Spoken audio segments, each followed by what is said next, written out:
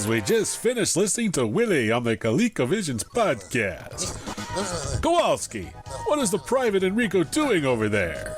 They appear to be accessing something called an SNES, sir. Check the net about this SNES.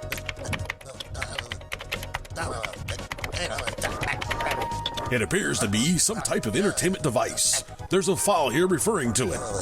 Soul Blazers, the SNES podcast. Awesome. Top droid, top shelf, top Nintendo.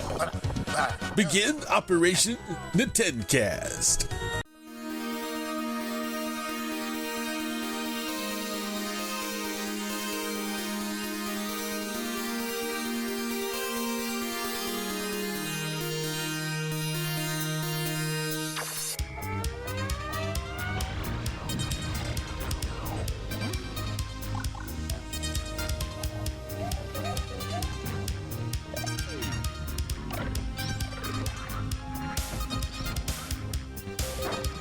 At $200, a Super Nintendo setup costs twice as much as the old system.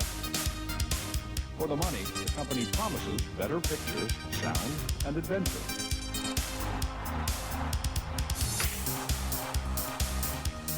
Now you're playing with power, superpower. You're the king, I tell you! The king! Only for Super NES.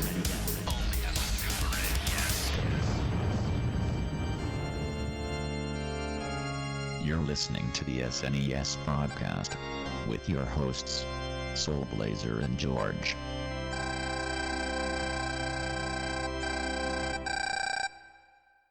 Hello, everybody. Thank you once again for joining the Super NES podcast. This is Greg, one of your co-hosts, as always, joined by my other co-host, George. Roar, I'm a dragon. No, you're a slime. That's the official mascot. Oh. I don't want to make slime noises. That's weird. It has been since number 7. Number 8, like the program. I mean... Oh, you just brought up 8. Isn't that the one where you pay that woman to put the slimes between your head and squish them? And 8 was a very weird... Yeah. It was a very weird... It was a very weird PS2 one, yes. Yeah...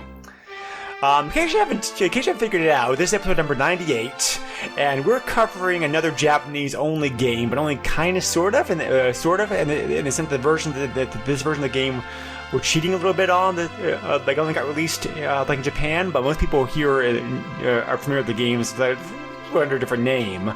We're looking at the Super NES localizations of Dragon Quest 1, 2, and 3, which are more commonly known here, and they were originally released here in the West as Dragon Warrior. 1 and 2 got released in the same game pack because, let's face it, 1's a pretty small, simple game by today's standards. Yeah. Whereas 3 got released by itself. I have a long history of the Dragon Warrior series. I first played the game when it came out back in 1989 for the NES when I was just 13 years old. I was one of many people who got the game as part of the Dragon Warrior Nintendo Power promotion that Nintendo did back then. This is my very first Japanese RPG. So, I directly attribute my love for Japanese RPGs, such as Final Fantasy and whatnot, because this one game. So, it certainly has a lot of history and nostalgia with me, and I played most of the games in the series. The only game I have not played is the 10 and 11, which for reasons that will become obvious as we get into it pretty soon here. So, so these 3 games are games I played and beat back when they were new as well, and I also played the Super NES remakes of these games recently within the last couple of years or so. George, what's your experience with these 3 games, or the 3 games like the franchise as a whole? Well, I never finished any of them, but Really? Yeah, I'm really bad with finishing games. I don't know if you know that, but I mean, I've played the first one a while ago. And it's always the thing of, I'm gonna play this, and then, I'm gonna play this, but I have to start all over again. And, oh hey, I should play this, but I don't have my save anymore. So it's a lot of that. But now I have it on my phone, so I'll probably finish it on my phone. And then I have 8, obviously. It's a PlayStation 2 game. Yep. Of course I have it. Did not get very far with it yet, but I will finish that eventually. I'm sure we'll cover that somewhat soon on PlayStation Power. I think it was 7. I think it was 7 that they released a special limited edition with like a special like blue slime controller.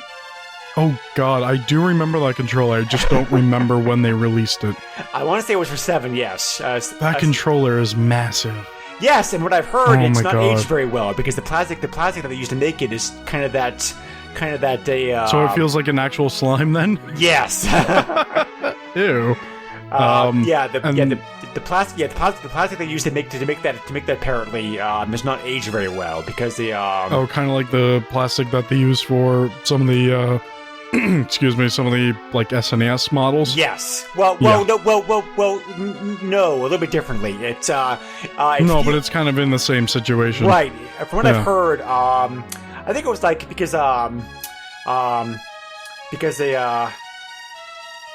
Gary from Watch Out of Fireballs and some other podcasts had one of these controllers in the past. He doesn't have it anymore, but when I remember, he said that the controller felt like a piece of licorice that you had in your mouth for like 5 minutes. That I feel like they took out and squished between your hands.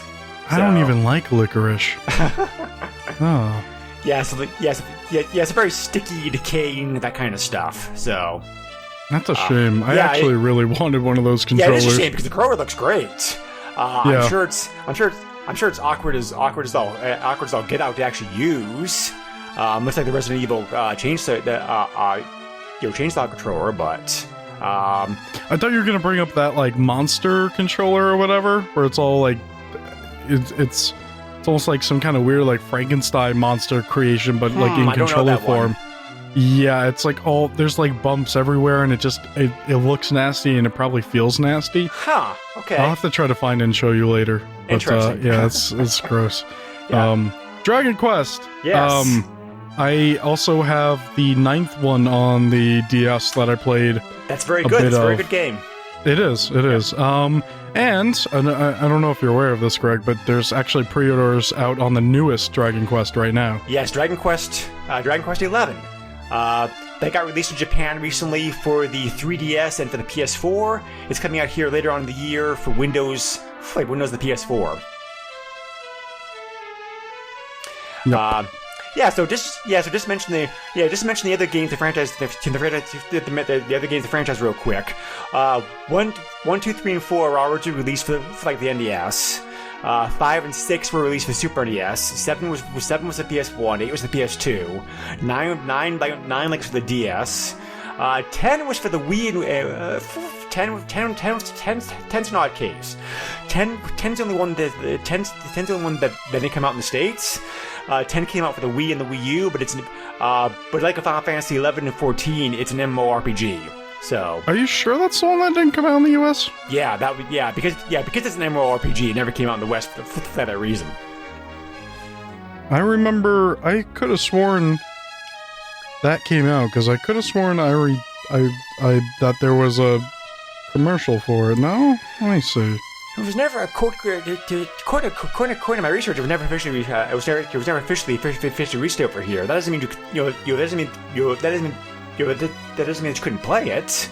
There's a will, there's a way, that kind of thing. But I guess I was definitely thinking of a different game then. I have no idea if the servers are even still up. They probably are. The Japanese... I mean, there's different versions. It's not just on the Wii. They also made it for Windows and 3DS and iOS and Android, but it's all Japanese. Right. I was thinking of a different Dragon Quest. Yeah. So I'm just just a note. I'm gonna try my hardest to call it Dragon Quest. But I grew up with the series as Dragon Warrior, so I may slip into my old habits every now and then here. So the reason the franchise got renamed when it came over here in the West, by the way, is a reason that you may have figured out. It's a pretty common reason. Both why games get renamed over here. Copyright reasons. Yes. Was that like a tabletop game named exactly. Dragon Quest or something? Yeah, exactly. So it's so weird because it's just like a generic name. Well, it was generic. Well, it was trademarked at the time, so it wasn't generic Right, enough. but I know it was a trademark, but it's just a generic name to come up with.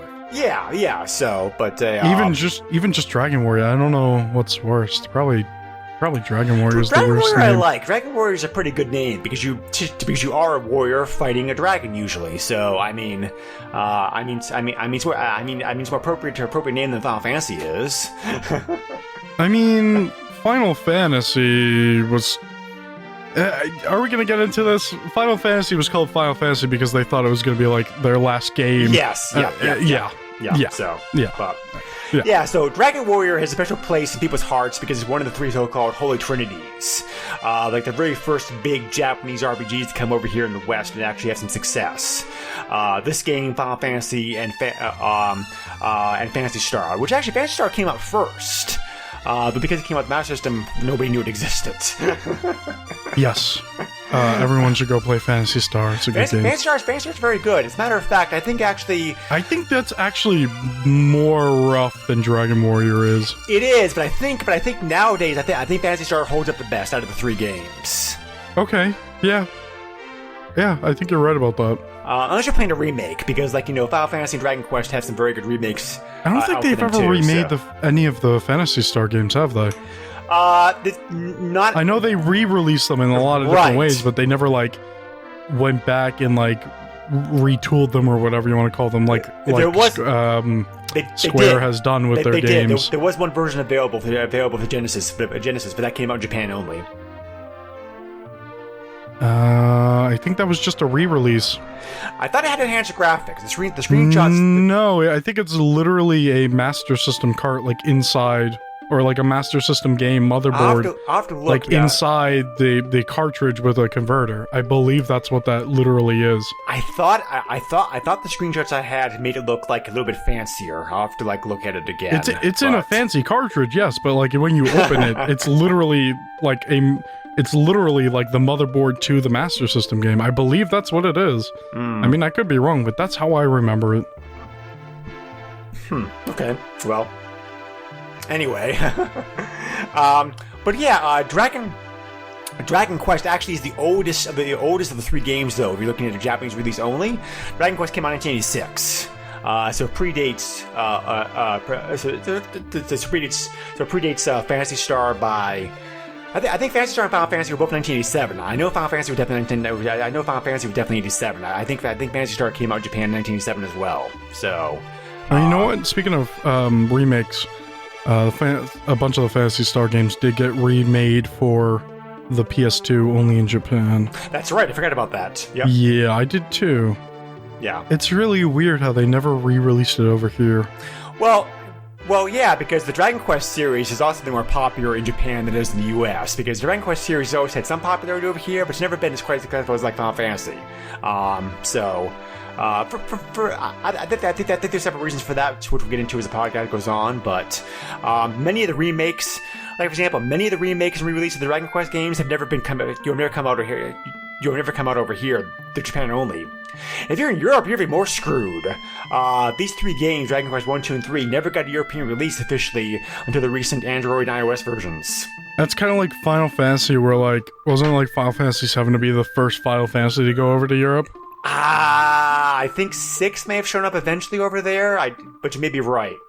Right, but actually released, in a console's lifespan.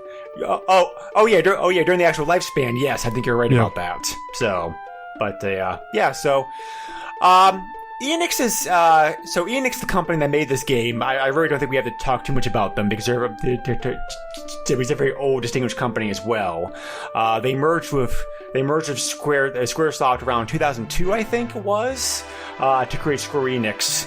And Square Enix has continued to make Dragon Quest games of this time period. We were just talking about Dragon Quest 11 coming out over here in the West pretty soon, actually. So, but the but Enix wanted to create a role-playing game that was a little bit more easier to understand for Japanese gamers. They wanted to kind of have like an entry level game with like simple concepts for people people to get into, because they felt that many of the games available during the 80s in Japan were like too complicated, especially the computer style RPG ones. Just a quick update on Phantasy Star, just to let everybody know. Sure. It's from Sega Retro. In 1994, Sega released a version for the Sega Mega Drive, Phantasy Star Fuku Kuban. This version is merely the Master System version on a Mega Drive cartridge PCB with the appropriate connector pin to signal Master System mode changed accordingly. Oh, okay. I didn't realize they got that lazy So, on it. it's not really lazy, it's just they re-released it. Kind of. Sort of, yeah. Anyway, yeah, I did remember that right. Yeah. So, and Dragon Warrior also was inspired very heavily by the Ultima series, which I guess is not really a shock, because if you think about it, they do have a lot of similarities. What series, what games were influenced by Wizardry? The Dragon Quest games also do have some. The Dragon Quest games also got some. Also got inspired by Wizardry as well too. Just not too, just not as much as Ultima was. I mean, there definitely are aspects from Wizardry looks like here as well. Because I know they really like Wizardry over there. Also, like Wizardry 9 or whatever was released like only on PlayStation over there. Yeah. I think it was 9. Right. Yeah, but both the Wizardry and Ultima series have always been very popular, like in Japan. So, yeah. But they wanted to make it more easily accessible, graphical based RPG. We kind of you kind of inspired by those games. So hence Dragon Quest. And this game was not the one. Because holy crap, if you play the original, it is wow. Well, we're going to get into that, but it's kind of fun to go back to Dragon Quest, because like I said, this is my very first RPG, really, like in many ways. I mean, I had played the PC ones, like Ultima, whatever, but I was just a kid. Right. Like those games, those games are very complex. So the developers wanted to make a game that that a child can understand and play, and they succeeded, I think, because I think as I said, I wasn't young. I was 13 when this came out, but still, I was like, okay, I can wrap my head around this. I understand this. I was able to beat the game. So I don't know about children, but like teenagers, sure. Yeah. There's a lot of reading and stuff. I don't know. At least kids today are just like, I don't want to read. I want to shoot the guy in the head and then stuff. Yeah. Dragon Warrior did have some text, but they were like small text. I mean, it wasn't like. I hate the original localization. Oh, the very old English. Thou hast gained one gold piece. That's not even how it was in the Japanese version. For some reason they thought like, oh, we got to do it like this for North American audiences. It's like, no,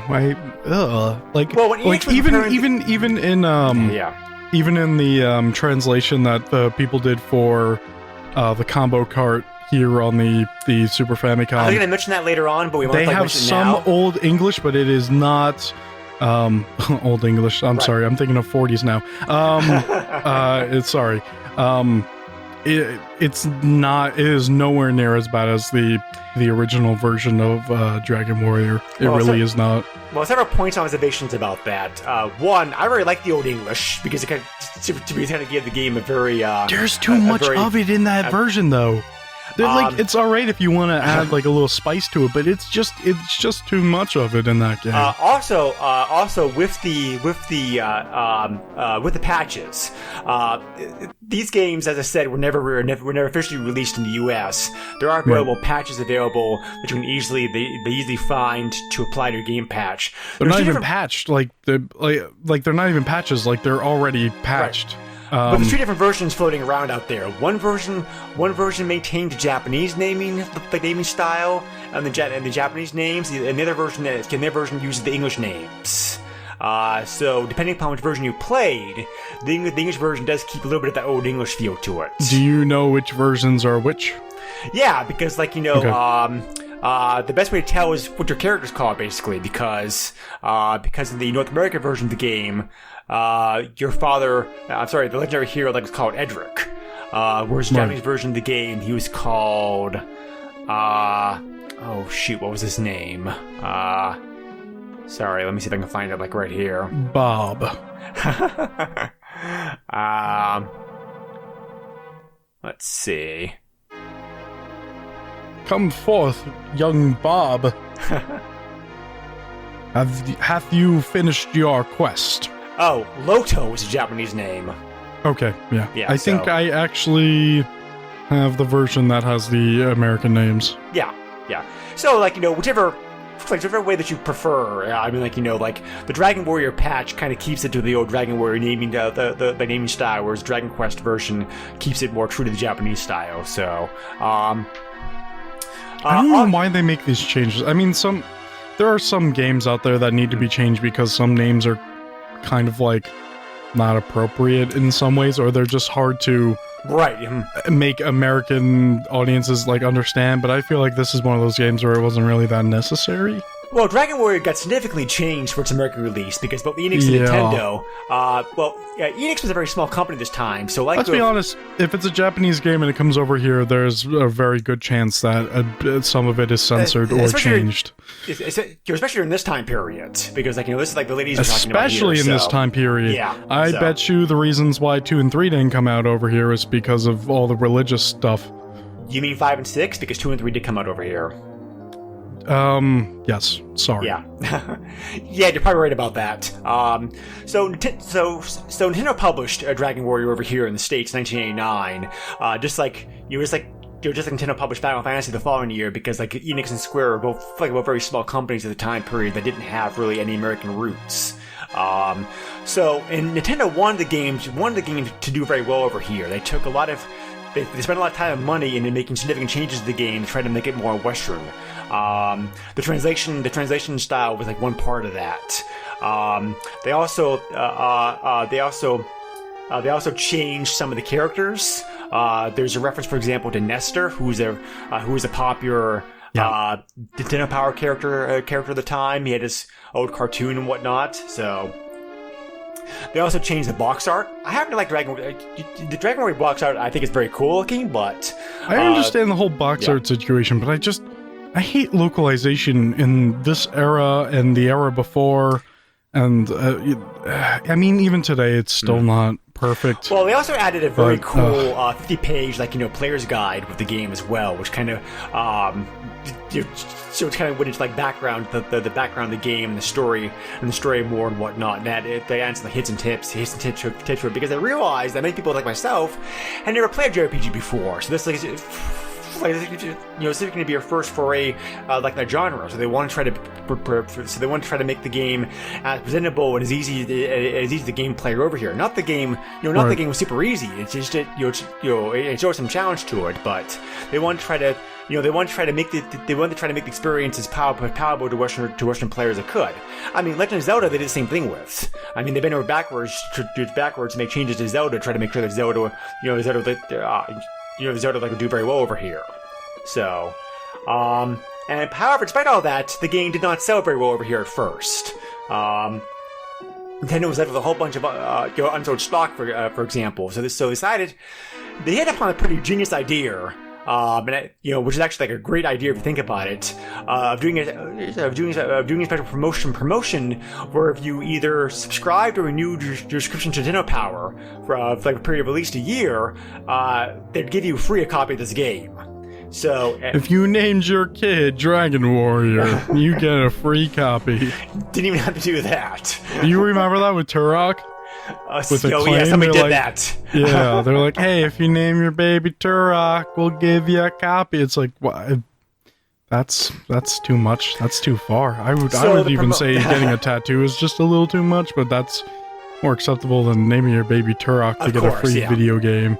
So the promotion was a huge success. Apparently by all accounts, over 500,000 copies of the game were given away as part of the promotion. Over a million subscriptions were gained or renewed because of this, and Nintendo raked in $7 million in profit. So pretty much a win-win situation all around. But and so yeah, being like first, Dragon Warrior has been remade numerous times over the years. Oh, geez, yes. Besides the original NES version, there was also available a version for the MSX and the MSX2 Japanese computers. The Super Famicom version, which we're talking about here, the Game Boy Color version, which did come over here in the States.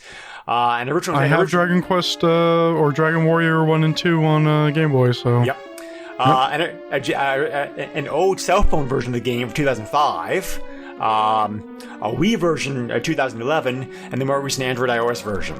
So, which I have. They have 1 and 2, I think, on them right now. Yep. And last year this game also showed up. Last year I almost forgot this game also showed up in Japan on the PS4, like the 3DS. Not surprised. So, the only versions of the game that come over here in the West were the NES version, the Game Boy Color version, and the recent Android, like iOS versions. Yes. So, the Game Boy Color version is interesting because that came out in 2000, and a lot of the changes that they made with that version were carried over directly to the Super Famicom version of the game as well. The main difference being, of course, that version of the game didn't have any remade graphics or sound effects because the Game Boy was an 8-bit system.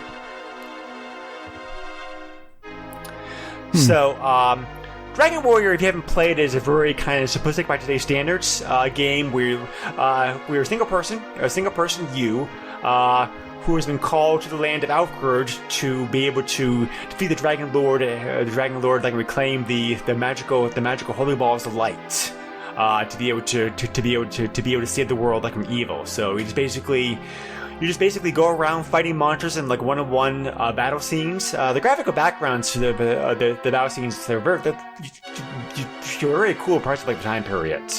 And just like, go around, grinding up, like saving money to buy better equipment, advancing over the game slowly, little by little. There's a princess to save, but the save halfway through the game also helps you out.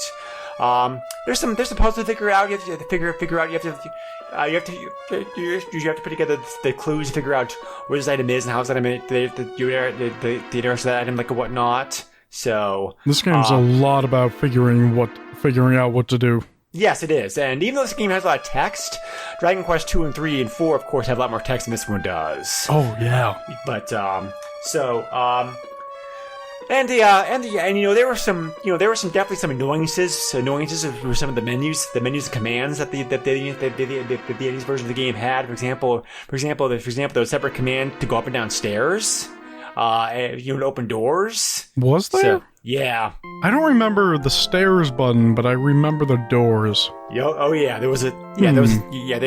a stair button like as well too. So, I like how, they were like, hey, how can we improve this game because we're bringing this over to the Super Famicom? Oh, I know. Why don't we use some of the other face buttons as like shortcuts and whatnot, and use it as use the bumpers as like, actual like accept commands and whatnot. It's like, dude, you could play this game one-handed, and that apparently that's what the Japanese lifestyle is like. Yes, just smoking with one hand and you're playing the game with the other. There were a lot of one-handed controllers available. One-player controllers. I want to see a two-player controller. I do have one of those ASCII one-handed controllers for PlayStation. So. Oh yeah, you haven't seen those before. It works on some PS3 games as well if you have an adapter. So, it's really interesting. Yeah. Right. So, so the Super NES version of this game came out in Japan December 1993. Like I mentioned before, this game was combined Dragon Quest 2, so both games are available in the same pack, which is a pretty good idea, I think, because like I said, because I think one was a pretty simple, small game by those standards. They did that with Final Fantasy IV Famicom. They released it. I think it was like the last Famicom game or something. It was like 1 and 2 on a combo cart. Yeah, right. I actually have that, believe it or not. Right. So both games use the engine from Dragon Quest V, which never came out for the 5 and 6 were also for Super NES games, and they never came out here like in the West. Oh, I probably should mention also that much like Ultima series, again, you can see the inspiration here from Ultima. The first games in the Dragon Quest series did connect one another. 1, 2, and 3 do form a trilogy like of each other. Because basically 2 is a direct sequel to 1, where it's like a generation later, your descendants have went out and formed a kingdom, and the 3 people in your party, Dragon Quest 2, are all related. They're all part of the same family, the same family. The hero for the hero of Dragon Quest 1, and you can visit Alfred in Dragon Quest 2. But the world's a lot bigger than that game. Dragon Quest 3, it's not immediately obvious where the connection is, but and this is a mild spoiler. But given how these games are like 20 years old, I really don't think anybody cares. About two-thirds of the game, after you defeat the big bad boss that you think is the big bad boss in that game, you suddenly find out that somebody else above him, of course, is more powerful and actually controlling him behind the strings, and he dumps you like to an alternate world, and it turns out that world is Alfred, and you spoiled the game for me. And you showed up and you're way back in the past, like the Dragon Lord was like terrorizing the land, and so you defeat the Dragon Lord, and you get renamed as Edric. So that game actually ends up becoming a prequel then to the original Dragon Quest. Holy crap! Yeah, pretty cool how they did that. Huh? I didn't get that far. Yeah. 4, 5, and 6 also form a trilogy, a loose trilogy like each other as well. 4 was an NES game. 5 and 6, I said before, only came out originally in Japan with Super Famicom. But all 3 of those games have recently been released on the 3DS here in the States, so I recommend checking them out because they're all very good ports of that game. They stopped doing the trilogy stuff though with 7 though. Every game since 7 has been standalone. Yeah. So I mean, don't forget about the spin-off games too. Oh yeah, a lot of spin-off games too. There's Dragon Quest Monsters. Oh, what are they called? The Dragon Quest Heroes? Is that what that is? Yeah, that's the Pokemon like monster capturing battering games, right? No, I'm talking about the Koei.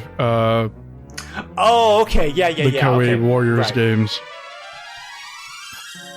I think there's 2 of them. There's also a series which is very Pokemon inspired, where you get to fight monsters and capture them, and breed them and train them, that kind of stuff. Isn't there one where you play as a slime? Yes, there is that one. Yep, that one too. So yeah, there's a decent amount of spin-offs. There's also the Dragon Quest the Hero series, which I think only 2 came out here in the West. But you mean the games that I just brought up? Thought there was different game, I think. Isn't that the Koei games? Oh yeah, it might be like a Koei game. Yeah. Yeah, and I forgot Koei was involved with that. Yeah, I just brought that up. Sorry. But yes. Anyway, back to the Super NES version of this game. Well, let's talk about Dragon Warrior 2 a little bit first too, because it's 1 and 2 are very similar, and since they're included in the same game pack. Dragon Warrior 2 came out in Japan in 1987, so that's 1 year after Dragon Quest. We got it here in the West again 3 years later, 1990. As I said before, that game's direct sequel to Dragon Quest. After you saved the world in Alfred, you decide to leave and form your own kingdom, and your descendants now have kingdoms of their own, and when new evil comes about, you start playing as one character, a prince, who's a combination. He's kind of like a bard. He's a fighter, but he also knows some magic skills. Is there a canon name for that character? I don't think so. I named my guy Rico, I think. Yeah, I don't. Let me check real quick here. I don't think there is. There may be one in Japan, but there's never one where. Because in the game, it's like, name your character, and I was like, oh, well, I'm just gonna hit enter, and it's like, there's nothing there. Oh, I guess there's no name. Yeah, right. So anyway, Yeah, and so the main difference with this game, like, they get to have a party. You actually have to have 3 people in your party because you have to find your cousins. There's a princess who's the pure magic user, and there's also like a fighter who's a pure fighter. So it's a very like well balanced party, and the game world is much bigger. It's about 4 times the size. The 4 times the size, the size of Dragon Warrior. You actually get like a ship that you can use to travel around the game, like in this one. You can visit Outward. A nice touch. The same music plays like we're there, so like very cool like about that. I found a glitch in that game. There's probably a bunch of glitches. When you go and recruit what's his name? I forget his name now. The fighter, like the pure the pure fighter guy, the prince. Yeah, like the first person you get, like in the story. Oh, okay, yeah. I think he's the Prince Canuck. Sure. You go find him in an inn. Like you have to run around the world like so many times, and then it's like you find him in an inn. Find him, yep. I recruited him, and then I left, and I did some stuff, and I came back to the same town, and he was there, and I had the same dialogue with him while he was in my party. Huh. I was like, what the heck is going on? And I thought the game crashed for a second, and then it didn't. Yeah, given how old the game is, it wouldn't surprise me. It wouldn't surprise me. I'd be surprised if there's a few like bugs in it. So, but yeah. So there's like the game has a lot more. Yes, the game has a lot more enemies, a lot more monsters. There's a series of boss fights at the end. This one compared like a single boss fight. More of the same pretty much. Dragon Warrior 2 and 3 are acknowledged to be more difficult games than Dragon Warrior. Some of the more actually fans of the series consider those games to be some of the hardest franchise periods. It can be like very difficult, especially if you don't know what you're doing. So. A lot more dungeons to go through in that game too, but there's also a few more conveniences for example, like you don't have to use for example, like you don't have to use torches, you don't have to use thank God. Like you don't have to use the stair command like in that one. I like how the dungeon system changed and how it works. Yes, because like you get like a specific area, and then you walk into the edge, and then it like for lack of a better term, like loads in the next area. Yes, within the same map. It's pretty cool. Yeah. So, Dragon Warrior 2 has also been released numerous times. Pretty much the same systems: MSX, MSX2, Super NES, Game Boy Color, cell phones, Android, iOS, PS4, and 3DS and whatnot. So the Super NES version of the game, like I said, I'm gonna silence your phone there. Yeah, sorry about that. I thought I had, but that's the problem. This mic picks everything up. But yeah, so pretty much they gave the game some of the conveniences. That some of the later Dragon Quest games had, but by that time period. Like for example, in the original games 1 and 2, the targeting system worked much like it did with like Final Fantasy. If you attacked an enemy that had already been defeated, your attack would go to waste. Which I really hate that.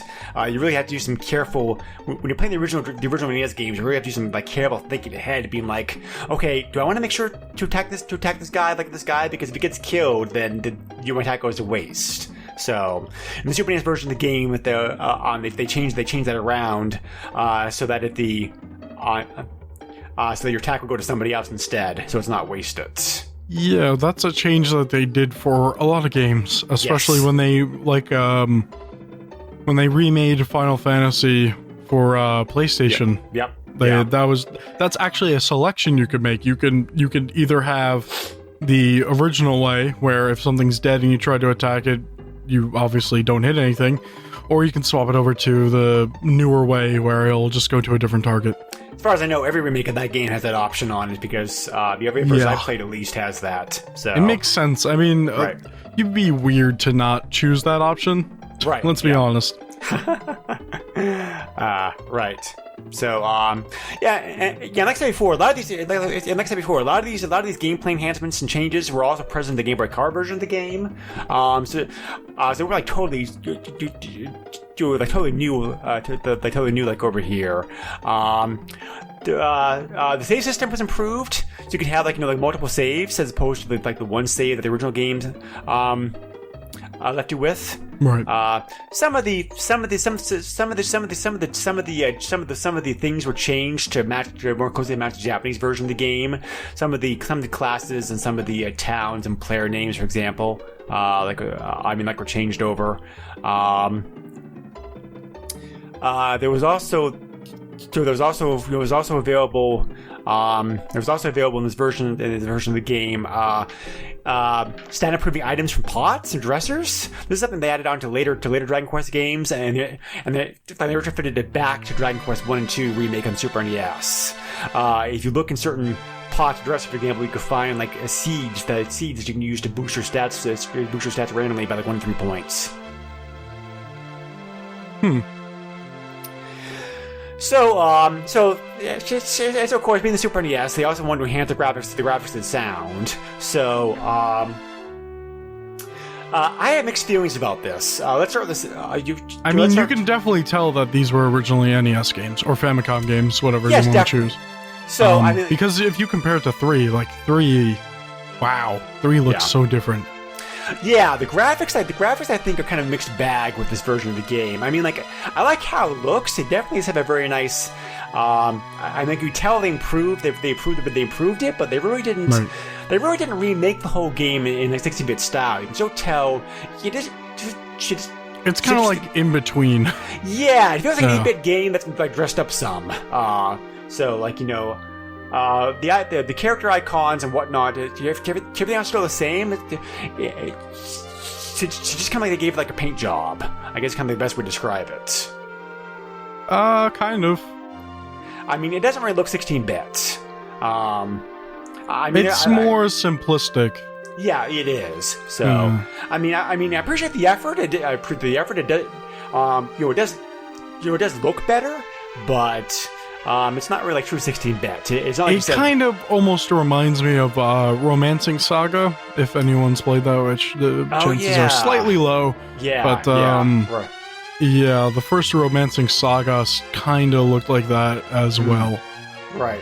Yeah. So, but on the other hand, though, the music sounds great. The Dragon Quest games have always had a very good soundtrack. I love the soundtrack to Dragon Warrior, and like this game is a very good 16-bit version of that. Yeah. No, it's... I mean, they definitely put work into it, but, like, they definitely took the original format and kind of was like, okay, how do we just apply this to... Right. The hardware of the Super Famicom.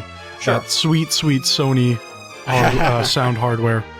One of the most notable changes is change the soundtrack in this version of the game, I think, and this is present in this version as well too, but it's much more noticeable in this version of the game. Did you notice this, George? When you're going down dungeons, the music changes pitch and tones. Like the deeper you go down the dungeon, the darker, like more depressing sounds. Huh? No, I never noticed that at all. Yeah. Really? Yeah, it's present like in this version of the game too, but the extra 16-bit fidelity allows it to be a lot more noticeable here in this version of the game. I did not notice that. That's an interesting touch. I wish I did notice that. That would have been awesome. Yeah. So, definitely. So, and perhaps the biggest change, that anybody who's played Dragon Warrior on the NES would definitely pick up right away. They made the game a bit easier. They wanted to cut down the amount of grinding because, of course, this game being old has a ton of grinding in it. Oh boy, yeah. So how they did that was a very effective like easy solution. They just simply doubled all the experience and growth you got from enemies. Yeah, like this game, you level up so quick, and then you hit level 7. Yeah. And then you hit level 7, and it's like, well, good luck. I actually, when I played this game a couple years ago, I actually played through the entire game like one sitting. That's how. Holy crap! Yeah. Well, it took like 6 hours because, like I said, everything. Because for every enemy, you're getting double the experience and double the gold now. So it's like, So it's, but yeah.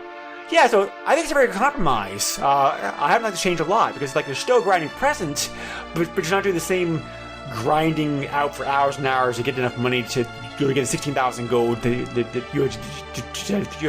the best shield in the game. So, yeah, I personally think it's like a great solution. I mean, it is, but it cuts the game time in half.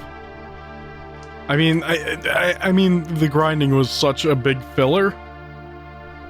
There wasn't just like if you just follow the story, the game's not long enough. Of course, you gotta go you gotta go and do the battles. Right. Yeah. Right. But like on top of that, it just cuts the game in half. Right. Yep. And Dragon Quest 2 and 3 also had this. Like also, Dragon Quest 2 and 3 also had this change present as well. It's just. Just what's noticeable. It's most noticeable in Dragon Warrior because you're doing the most grinding in Dragon Warrior. I mean, you are grinding in Dragon Quest 2 and 3 as well, but you're not grinding as much in those games. Oh, definitely not. No. So, right. So it's most noticeable. So those changes are most noticeable in this version of the game. Plus, I also admit when I played this game a couple years ago, I also cheated a little bit. Well, I don't really think it beat cheater. I really don't think of it as cheating. I think of it as being like just simply like saving time in the long run. When I ran into a metal slime, I just took a save state. I just kept trying until I actually was able to beat it. So okay. Because all you're doing is just like saving time from grinding monsters. So those it's things are nasty. Yeah, they are nasty. But hey, the slimes are cute. You don't wonder that Square Enix made the mascot of the franchise eventually. I mean, they smile, but they're gonna wreck you. Well, all the enemies smile. Well, I shouldn't say. A lot of enemies smile. No, not in this all game. of them smile. The Drakes smile at you too. Yeah, but that's more of a sinister smile. Like the slime smile is like an innocent, like little kid smile. You know what I mean? Whereas like the Drakes are like, you're gonna die. I'm gonna kill you. Ha ha ha. Luckily, Drakeys. Well, why should I hedge this? Most Drakeys are not that difficult. Right. The magic Drakeys, if you're low level, can be a challenge because they hit you with the hurt spell when you're like don't have a lot of hit points. It's game over. But so actually, anyway. There are no game overs, are there? Other than the choice that you make at the end of one. Correct. Yes.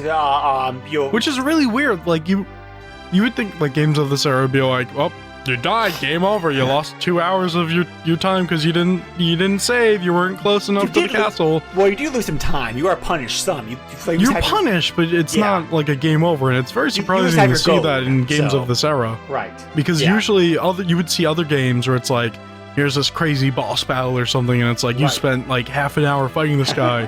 And then he just brings out this one spell that wipes you out, and it's game over, and you lose your progress, and this and that. And this is just like, I'll give you a second chance, I guess. I'll give you a third chance. What? This is the 20th time? All right, I'll give you another chance. Well, like I said, the developers wanted to make this game accessible for everybody to play. So yeah. Oh, by the way, they changed that bad ending option like in this version of the game, by the way. Oh, did they? Yeah. What we're talking about here, for anybody who hasn't played the game, is way in the end of the game, when you've actually come to the Dragon Lord, he gives you an option to join him. Then give you like half the world in return. And if you happen to say yes in the Dragon Warrior Endings version of the game, it fades to black. It's a game over. In this version of the game, you do that, your character wakes up back in the inn. And he's like, that was a bad dream. Like, what happened there? So. Oh, that's weird. Yeah. So.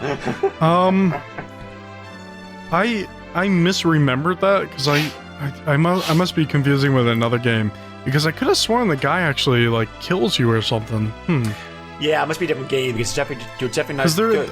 I forget. I don't remember what game I'm thinking of now, but because I remember another game where you try to like the enemy gives you an offer, and then if you join him, he actually just strikes you down and kills you. Yeah, I'm sure. What game I'm am sure, I thinking of? No, I'm not sure. I'm sure somebody will correct me at some point. Right. 2 years from now. Remember when you covered this? That was this game you were thinking of. Oh, I forgot about that, but okay, thanks. Well, podcasts are going to podcast like movies and music. They're going to be around for years and years. So. Well, I mean, when people talk to me about like, oh man, remember the podcast you did like last month and you brought up this thing and that was really funny? And it's like, I don't know what you're talking about.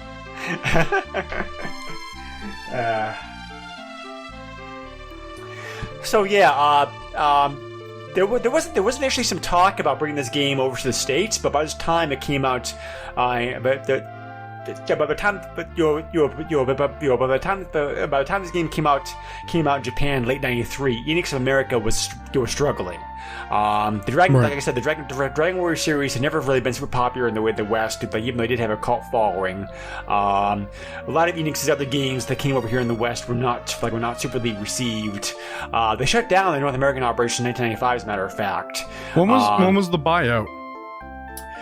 2002, that's when they merged with Squaresoft. Okay. And that's when their North American operations resumed. So, Well, of course, because they were, yes. right. So, but yeah, Enix of America shut down in 1995. So, Oh, okay. that's also why Dragon Quest III never came out here in the West, because that was a very late Super NES release in Japan. That came out in November, like November 1996. So we're talking like late Super NES time periods. That game had even more changes to it than like Dragon Quest like 1 and 2 did. The original NES version of the game came out in Japan in 1988. US 1992. That also got a Game Boy Color version in 2001 over here in the West, and also the same cell phone, Wii, Android, iOS, PS4, and then 3DS versions of the game as well. Dragon Quest 3 was a lot more complicated, a lot more bigger. Again, the game was bigger. It's probably about the size like 1 and 2 put together, actually. I like it kind of has the like Final Fantasy-esque type of thing where it's like, yes, hey, you can have your own characters in this party. And you can also once every 10 levels, you can also decide to change a party, to change a party member's class. Oh, Or you can, really? You can keep their skills and transfer them over to somebody else. You start over again at level 1. But you keep the skills. For example, you can have like a mage, for example, at level 10, then turn him to a fighter. They start up again at level 1, but they have on the mage skills. Holy crap, that's awesome. Yeah, so you can do a lot of like customization options like this game. They also added in a whole bunch of conveniences. There's a vault, for example, that you can use to store your money, so you don't like lose it if you die. The remake of Dragon Quest 1 and 2 also added, Dragon Super NES also had this feature in, by the way. And they also there's also additional fast travel modes in that game. There's you can hop from town to town, just like to raise a magic spell, and there's also a balloon and airship that you can get later on in the game as well, like I said, ship. So, and like I said, you do go to Outward late in the game, so there's actually like 2 separate worlds like this game, which is like pretty cool. So your party member. Your party size increases to 4 with a temporary 5th party member who joins your party every now and then. So, so more of the same. The game is still very Dragon Quest. It's just like bigger, better, more enhanced, more stuff to do, that kind of stuff. They also added in medals in this game as well. Also, where you can find which are hidden items. You can find X number of medals. There's a medal. There's Metal King that you can locate. They can trade your medals into just like him to obtain rare and valuable items. So the Super NES version of this game, besides having the same graphical and sound effects upgrades, they also added in there are a lot more changes to this version of the game. Enix listened to fan requests, and they made the US both the US Game Boy Color version of Dragon Quest III and the Super NES remake in Japan only have much more anime feel to it. Because the series always had a very anime feel to it in Japan. It's just they westernized it a lot in the US to try to make it try to like appeal to make it more like a gamers. Shakespeare play. Well, jeez. Want to make it more like medieval, basically. So, but yeah, this version of the game is definitely a lot more anime. Your anime to it. There's a new class, the Thief, was added to this version of the game. Many of the names are also changed as well. For example, like Dragon Quest 1 and 2, same thing. You also have the ability to change. You also have the ability to change one of your party members' like gesture class, which in this version of the game, which wasn't present like the original. There's also a whole bunch of mini games that were added to this version of the game as well. I think Dragon Warrior 3 had like one mini game to it, whereas this version of the game has like 3 mini games. I didn't even know that. That's weird. So, the Mental System was added, as I mentioned before earlier. There's also there's also like 2 bonus dungeons that were added to the game. The introduction of the game, enhanced to and added on to make it better. There was also like a personality system, basically, which which kind of hard to explain. It's like depending upon how you play your character, the personality of that character can change a little bit. I started out with Vayne. Yeah. Why is that? Yeah. Why is that, Greg? Why did I start out as Vayne? The choice that you make at the start of the game, I think you determine that. Are you trying to say I'm vain? No, not at all. What did you get? I think I was noble. Oh, okay. Yeah, again, you can see the ultimate influence here. They added in a pre-game sequence in which you get to in which you're asked a bunch of moral dilemmas, and depending upon how you answer that determines your starting personality. Right. So, the personality of the other party members is determined by the stat raising seeds that your player gives them. Right. And that determines the major thing the personality determines in this game is the stats.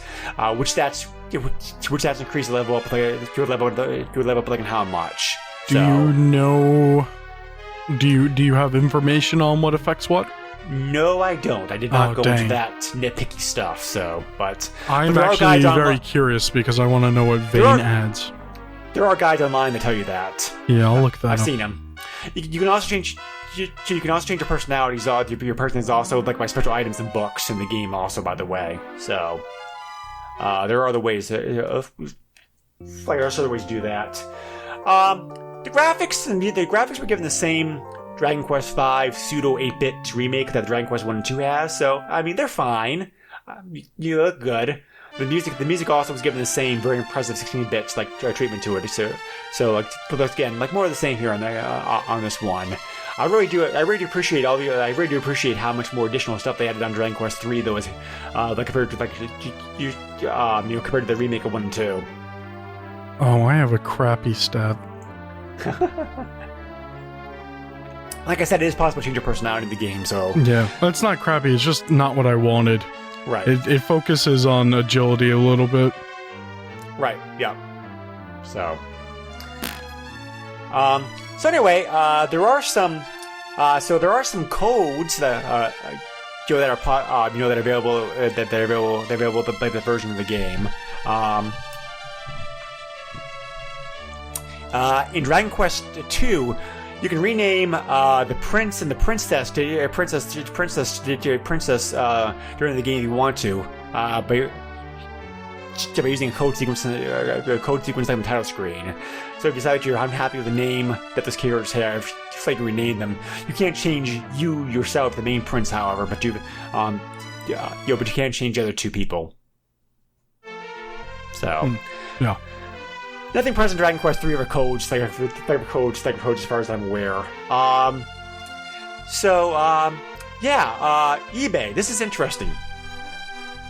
Of course, these games were Japanese only, so like I never got an official release over here in the West. If you want the Japanese version of the games, there are many sellers in the U.S. who are selling them. Are they in the U.S. or are they in Japan? Because there are the Japanese US, sellers. Yeah, there are Japanese sellers, but there's also some like U.S. sellers. Not a lot. I mean, not a lot. I mean, there's like 10 copies currently listed, 5 recently sold, but. But there is a steady stream of people here in North America who have the Japanese version of Dragon Quest 1 and 2, Dragon Quest 3 available. Right. They go for cheap. They're like $5-6, shipping included. So. Oh wow. Yeah. Well, like I said, this game was mass produced in Japan by a huge amount. So it's like it's not really. I need this game. Right. There is, however, very interestingly enough, a seller available here in the U.S. I mentioned before on multi-carts when we talked about some of the pseudo remakes. Sorry, some of the power copies. I guess you could say of reproduction. I guess the best word to say right. Of Sunset Riders in our last episode. There's available here in the U.S. a seller who has put together a multi-cart of 4-in-1 of all 4 Super NES Dragon Quest games. So available on that multi-cart was Dragon Quest 1 and 2, Dragon Quest 3, Dragon Quest 5, Dragon Quest 6. Like all the same card, which is pretty cool. Huh. And those have sold anywhere from $25 to $35. That's not bad. No, not at all. I mean, they're already patched, so you can just like plug them in your system, like and just go. Right. So, of course, if you want to, if you have like a Retcon 5 or some other like clone system, you can also buy the Japanese version of the game for cheap and just patch it that way. Yeah, I mean, using a Retron's pretty easy. Yeah. So, final thoughts. I think this is a very good remake of these games. The graphic and musical changes like are very nice. The gameplay conveniences definitely help a lot, especially that whole reducing the grinding system like Dragon Quest 1. Anybody who's not played these games before and really wants to experience some old school Dragon Quest games, I think the version of the game is the way to go. Like I said, you could pick. Like I said before, you can pick which patch you want. You can have a very Japanese naming system, or you can stay to a more Western style if you want to. The gameplay conveniences definitely help a lot to make the game like a lot faster and quicker to go through, and also like a lot more user friendly. Because they because also related to this, one big thing about the Dragon Quest series, and like whether or not this is a pro or con to you depends upon your viewpoint, because it's been argued to death by people online over the years. The Dragon Quest series has not really evolved as the Final Fantasy series, many other RPG series have. Even the new games of the series, like 7, 8, 9, they still feel very old school in many ways. Square Enix, for whatever reason, has decided to keep these games pretty much the same, just over the years, with just some some new locations and conveniences and whatnot. So it really depends. Upon you as to whether or not that's a good thing or a bad thing. I happen to think it's kind of a bad thing myself for the most part, because I hated 7 and 8 because the fact that the games felt so old school. They were like, "What is this garbage? I stopped playing this stuff years ago." Yeah. But these versions of the games do kind of smooth out the rough spots that the NES trilogy originally had, while still keeping that very old school nostalgia look and feel and gameplay style to them. And if you want that gameplay style to them, this is a great series. These 3 games in this version of the game really, I think is the ultimate way to the ultimate way to be able to experience them. So, what do you think, George? Like, yay or nay to these versions? Oh, certainly yay. I mean, these are great. It's a lot of work to play the older ones. It really is. It is, yes. I honestly suggest playing these or some of them have also been remade, the phone versions. I suggest getting those, or, maybe you want to play on the Game Boy or whatever. Games came out, but, what's up? Oh, yeah, I was just saying, like, I had no version of these games. I had no idea these games came out a few years ago, like, for the Android and iOS. Like, I wouldn't have to play on the phone. Alright. They changed the control style a little bit. I would hope they did. It's not not hard to play. I mean, it's an RPG. You don't really need to worry about the controls that much.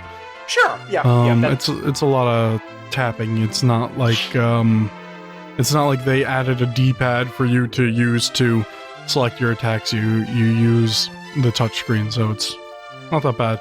And it's really updated. The visual style and the music and everything look very modern in a sense. It's still 2D, but it looks much better than the Super Famicom versions, of course.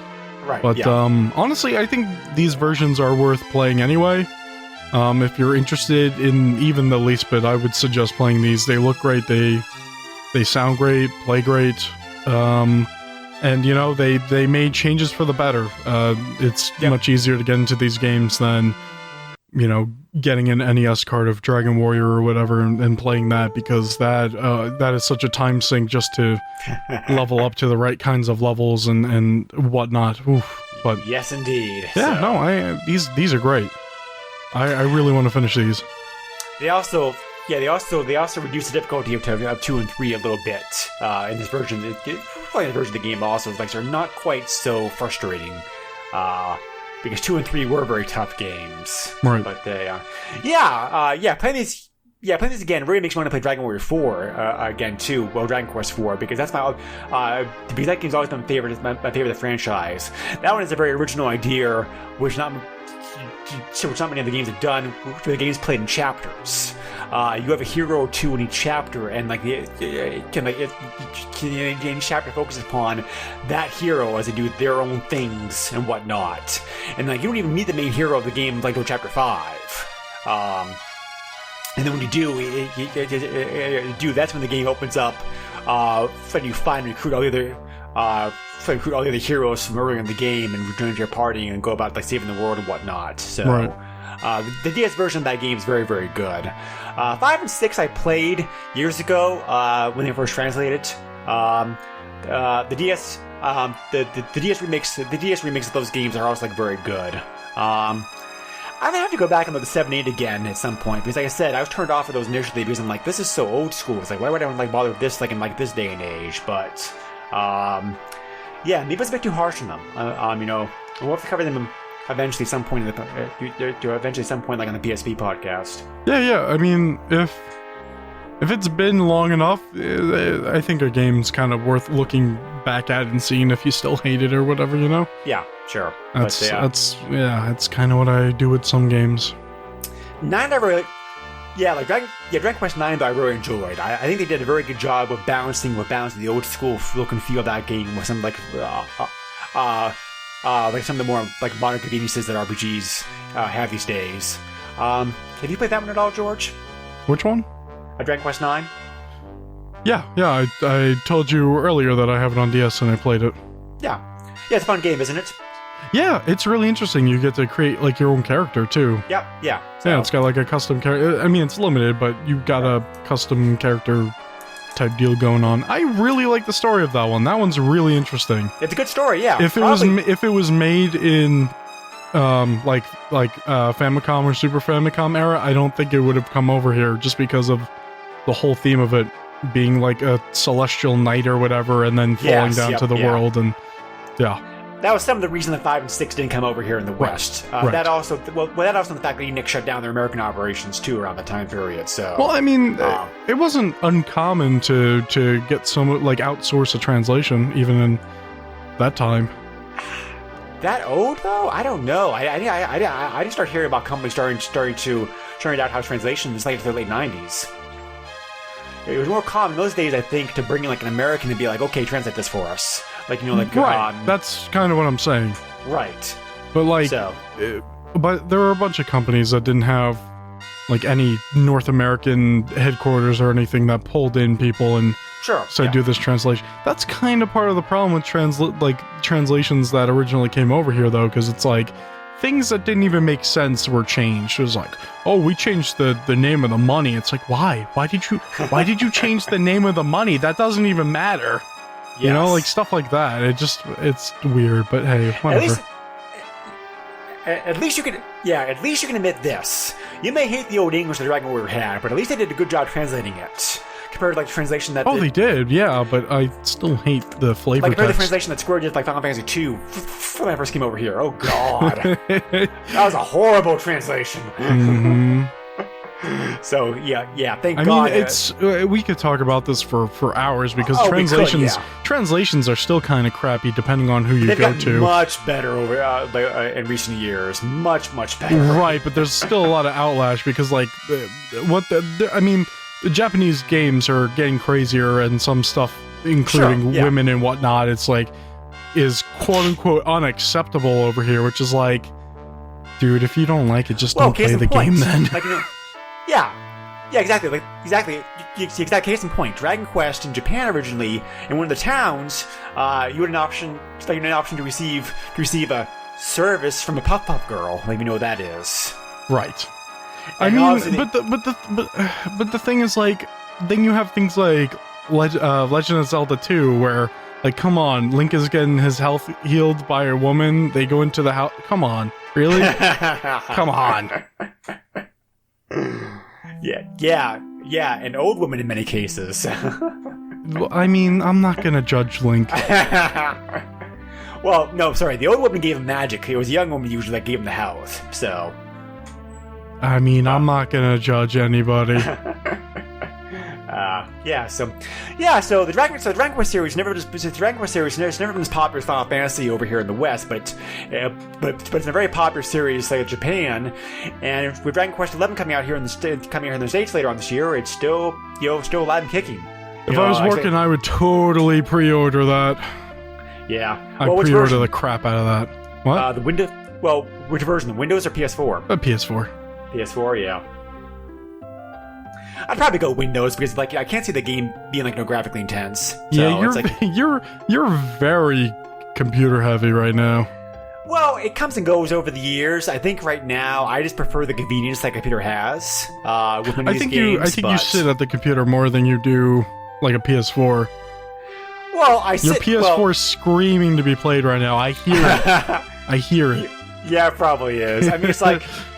I use the same chair because it's like I can literally swivel my chair, and it's like I'm facing the computer, then I'm facing the PS4. So it's like it's not really a matter of like being in front of like one versus the other. Just like, yeah, I probably do use the PC like more often these days. So, but still wondering when we're gonna play Uncharted 4. I have it. I know you have it. You've been sitting on this for a very long time now. Too. Yeah. Yes, I have the collection. I have. I have the collection. What's the collection called? The Nathan Drake collection? Yeah, I believe that's what it's called. That's a good collection. I have that, and I have like Uncharted 4, but you know. But anyway, So anybody enjoys old school RPGs, or anybody play Uncharted. No, go on. Or anybody who missed these games because George, they weren't born yet. Like they first came out. I mean, I was born in '94. Well, no, this game originally came out. I was around for some of these re-releases. The re-releases, yes, not for the original version of the game. No. I mean, we actually owned a copy of this, so like the first game. So. Oh, Dragon Warrior? Yeah. Well, everybody did because, like I said, that common that version of the game became super common because of the Nintendo Power giveaway. Well, I mean, that's not a reason why we had it, but yes. Oh, your parents didn't get it that way? No. My parents were in their 20s at this time when the game came out. There were a lot of adults who were playing games like back then. So that's not what I'm saying. I'm saying that they didn't subscribe to Nintendo Power. Yeah.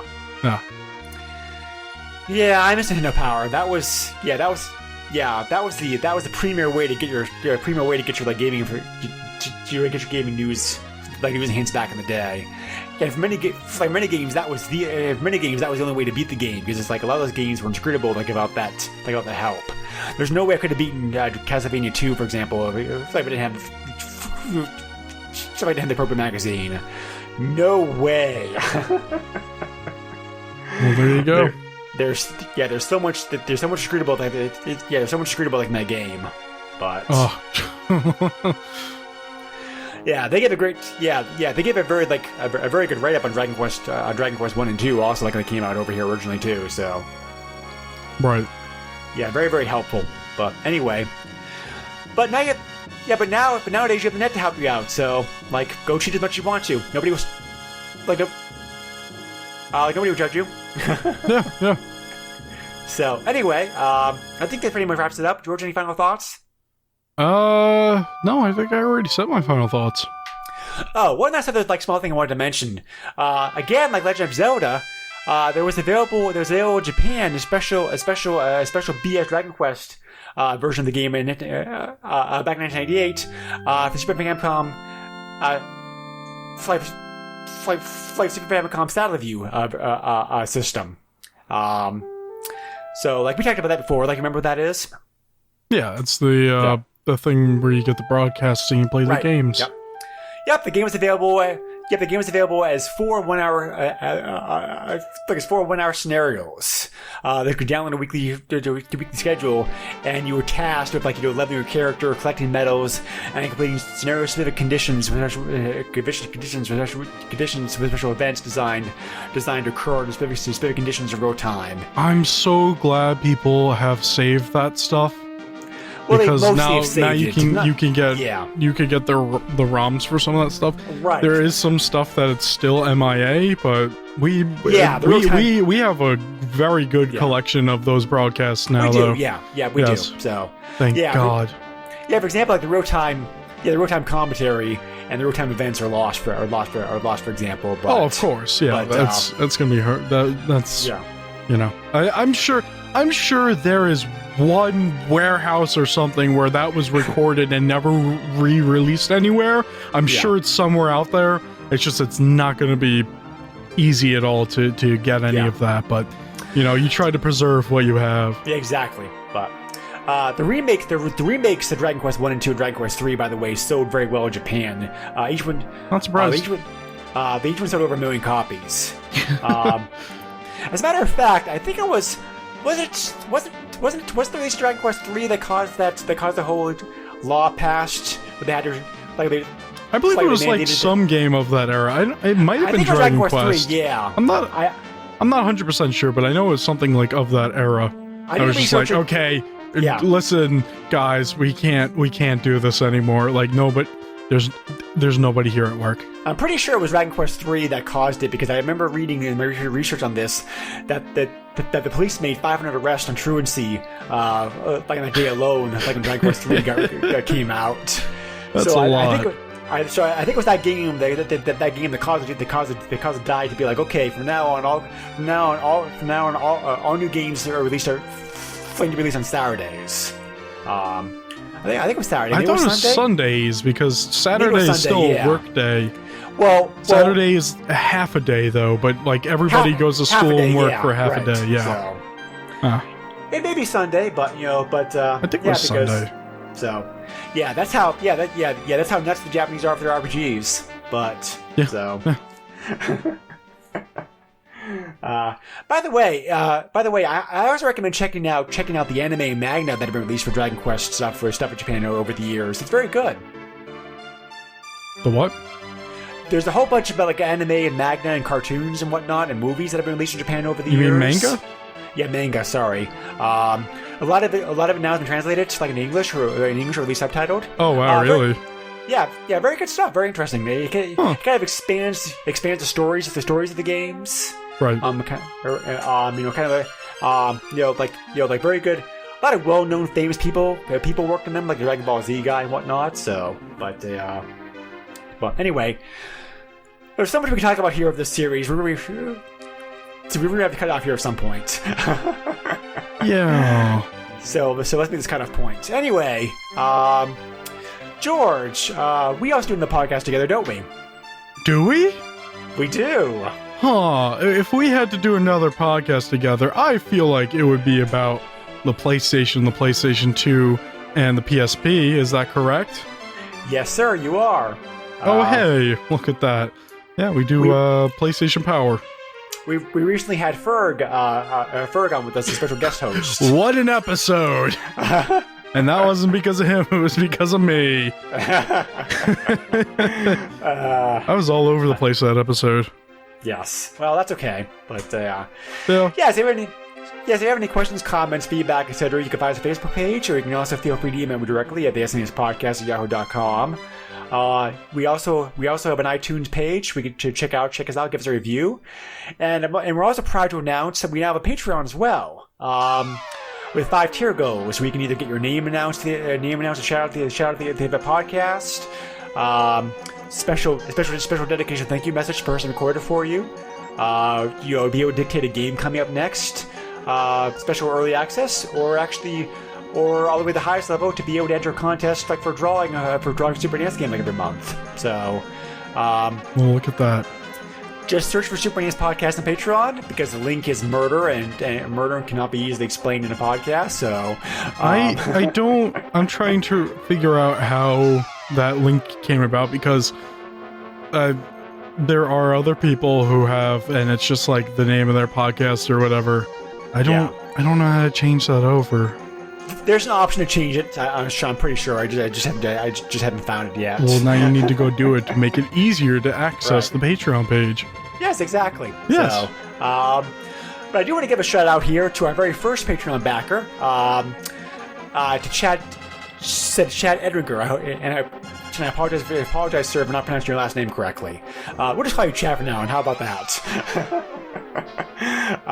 Who runs the very good arcadeup.com website. Ooh. Anybody's into repairing he does a very good service about repairing and refurbishing our arcade games. So check it out to get flavor into that stuff. So that's awesome. Yes, because he's also back to the high enough level, he exercised his privilege for a flavor game demand. So we're covering his game next. We're going to be looking at the Super NES version of Lemmings, which is a very popular '90s PC computer game. I've only played the game. I've only played the game on the PC. Never played the Super NES version. So I'm curious to see how that version translates. I don't think I've ever played Lemmings. Lemmings is very good. Yeah. But contrary to popular belief, lemmings do not march off a cliff to commit suicide. But you can blame Disney for that. But hey, the game context, it works great. Well, there you go. And after that, for episode 100, we're doing a very special game draft episode. Game draft. In which a whole bunch of podcast hosts are going to be joining us. So I'm afraid. Look forward to that. It should be a lot of fun. So,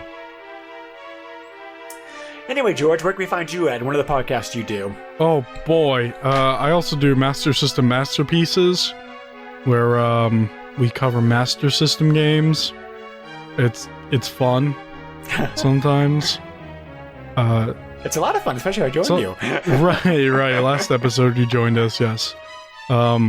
Sometimes we talk about what the Dreamcast 2 would be like, or when Dick Tracy has to clean up the streets because he shot down too many people. Was there a version of that game available on the Master System? Because the NES game was meh. The Master System version was like the Genesis version, but a little watered down because of the power of the Master System. But it's almost 1-to-1. I was thinking the NES version of the game, sorry. No. This is much better than the NES version. Okay. Yeah. Anyone who hasn't looked at that, I suggest check it out. It looks pretty good for a Master System game. You should cover it. Hint, we did cover it. Oh, you did? Okay. Sorry. Yeah, that's why we have the Dick Tracy joke. Oh, okay. Well, there you go. I missed that episode then, I apologize. Well, you're going to have to listen to it then. Yes, I will. There you go. And where you can find me, oh boy, if you're interested in the Twitter McDoodle thing, the tweeters, you can follow me on there. I'm at Mr. Chief, that's at MISTURCHEEF. And if you're interested in watching me on Twitch, I guess. I don't know why, but I'm on there too. Same name, same spelling, Mr. Chief. I play a lot more modern stuff, and I play more stuff for like PlayStation Power and whatnot. But yeah, it's a fun time anyway. Yeah. Yeah, I think if I that's had more about it. time, if I had more time, I'd do some more streaming because it's fun. But Yeah, I have not too much to do, so it's like almost every night now. I did stream Super Castlevania 4 a few weeks ago, which I believe is still You available on did, and you Twitch. died a lot, and you said some bad words. Well, it's a hard game, but I mean, I like how it was just like, I'm not gonna curse, and then just like an hour later, it just heard a lot of words.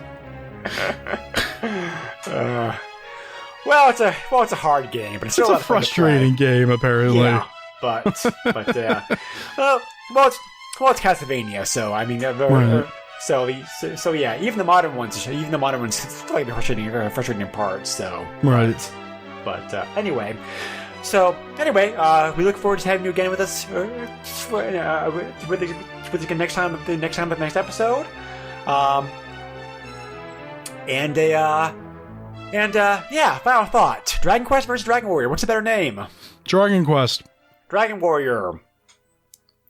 Peanut butter, jelly. I mean, peanut butter and jelly are two different things.